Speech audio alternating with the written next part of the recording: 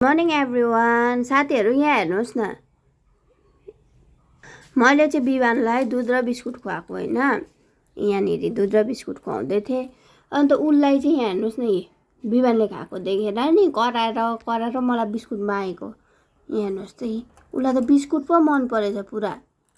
Biscuit मन परेको पो हेर्नु न कस्तो मजाले खान्छ।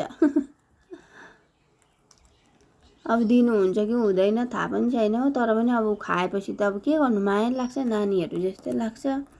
हेर्नु सुनेको कुरा सुन्छ, फेरि कम्ती कान तिखो छैन त यसको।